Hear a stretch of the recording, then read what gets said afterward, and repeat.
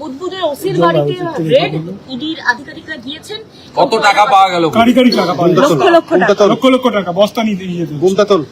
গোনা যায়নি, গোনা যায়নি। Note counting machine গেছে, মানে অর্পিতার থেকে বেশি পাওয়া গেছে না? গোনা চলছে, কাউন্টিং চলছে।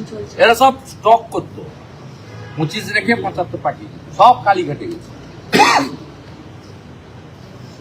কালকে ডাব্বা নিয়ে ঘুরছিল না, বাড়ির কাপড় পরে এসেছে।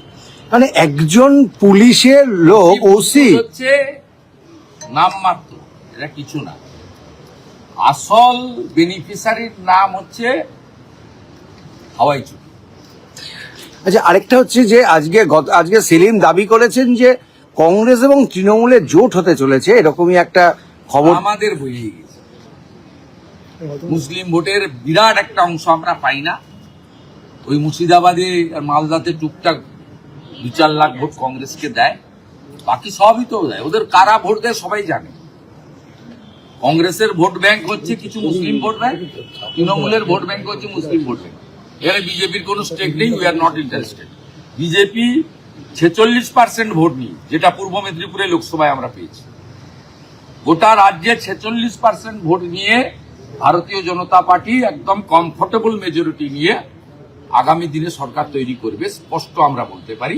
শুধু নির্বাচনের সময় ইলেকশন কমিশনের পুরনো এসওপি অনেকটা বদলে দিতে হবে, সেটা এখনই প্রকাশ্যে বলছে। তার জন্য ভারতীয় জনতা পার্টিও দাবি করবে, আমিও সবার সঙ্গে কথাবার্তা বলবো। আমার অনেক রাজনীতির ভোটে লড়ার অভিজ্ঞতার ভিত্তিতে বলবো, একটু করে দিতে পারলে আর কোনো সমস্যা এখানে নেই।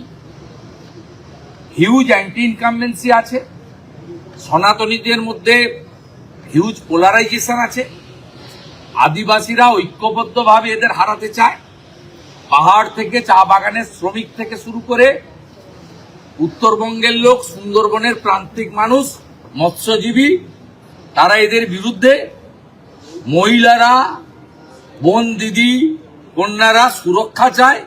তারা জানে তারা যে সামান্য ভাতা পায় বিজেপি রুল স্টেটে, তার থেকেও ভালো সামাজিক এবং অর্থনৈতিক সুরক্ষা পাচ্ছে। অর্থাৎ বিজেপি 21টা স্টেটে করলে এখানে তারা আরো বেশি বেনিফিটেড হবে।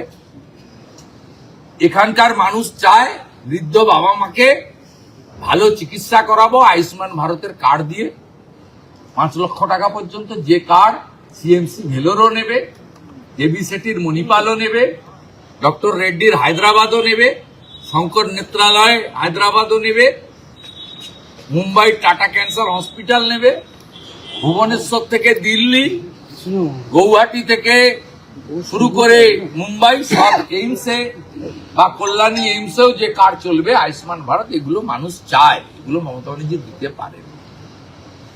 বেকাররা যন্ত্রণায় আছে। আমি একটু আগেই বলেছি, কয়েক লক্ষ এমন বেকার আছে যারা মাস্টার ডিগ্রি করার পরে, অনার্স গ্র্যাজুয়েটের পরেও, বিএড করার পরেও চাকরি পায়নি মমতা ব্যানার্জির কারণে, এবং তারা অর্থনৈতিকভাবে স্বাবলম্বী না হতে পারার কারণে তারা বিবাহ করেন।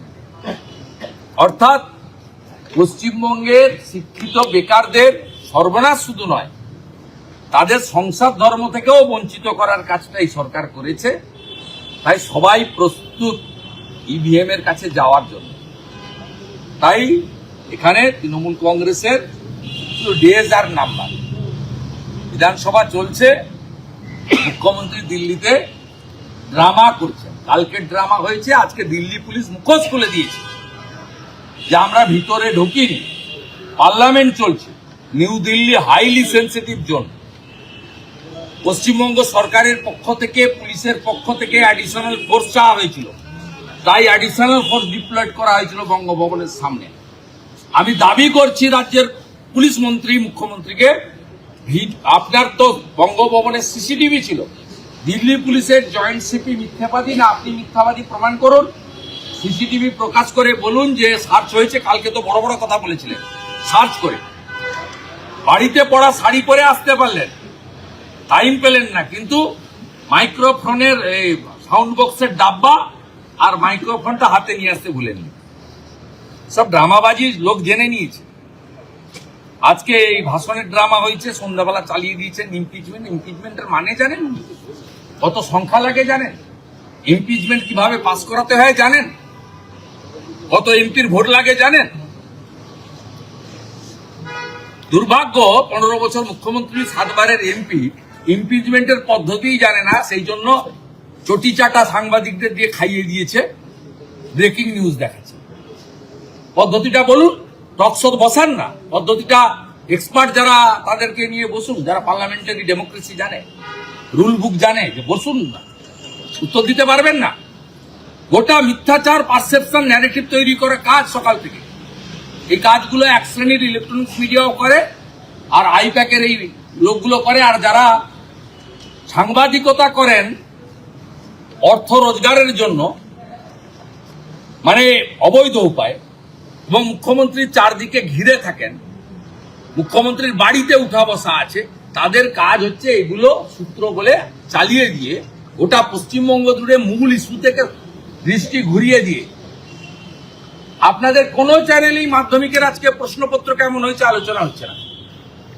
মুখ্যমন্ত্রী ইমপিচমেন্ট আনবেন, সেটাই ব্রেকিং নিউজ। ইমপিচমেন্টের পদ্ধতিটা আগে আলোচনা করুন। সরি টু সে, আমি খুব গ্রাউন্ড রিয়েলিটি বলছি। আমার দায়িত্ব বিরোধী দলনেতার কাজ সবাইকে সতর্কীকরণ করা, সকলকে বলা এবং আসল সত্য তুলে ধরা। এটা লিডার অফ অপোজিশনের কাজ, এটাই আমি বলছি। আমি এ দলে সবাই পড়েন বলছি না, স্মল সেকশন পড়েন, তারা বায়াস, লোক জানে, তারা চিহ্নিত। আগামীকালও গায়ে কালো গাউন তুলে নাটকবাজি হবে, সেটা দেখার জন্য পশ্চিমবাংলার লোক দেখুন। আপনারা অপেক্ষা করে থাকুন এই ড্রামার জন্য। 21 সালে ভালো পায়ে ব্যান্ডেজ জড়িয়ে হুইল চেয়ারের ড্রামা দেখেছেন, কালকে বাড়ির শাড়ি পরে রাস্তায় বেরিয়ে আসার ড্রামা দেখেছেন। আগামীকাল কিছু একটা কালো পরে নতুন ল বিচার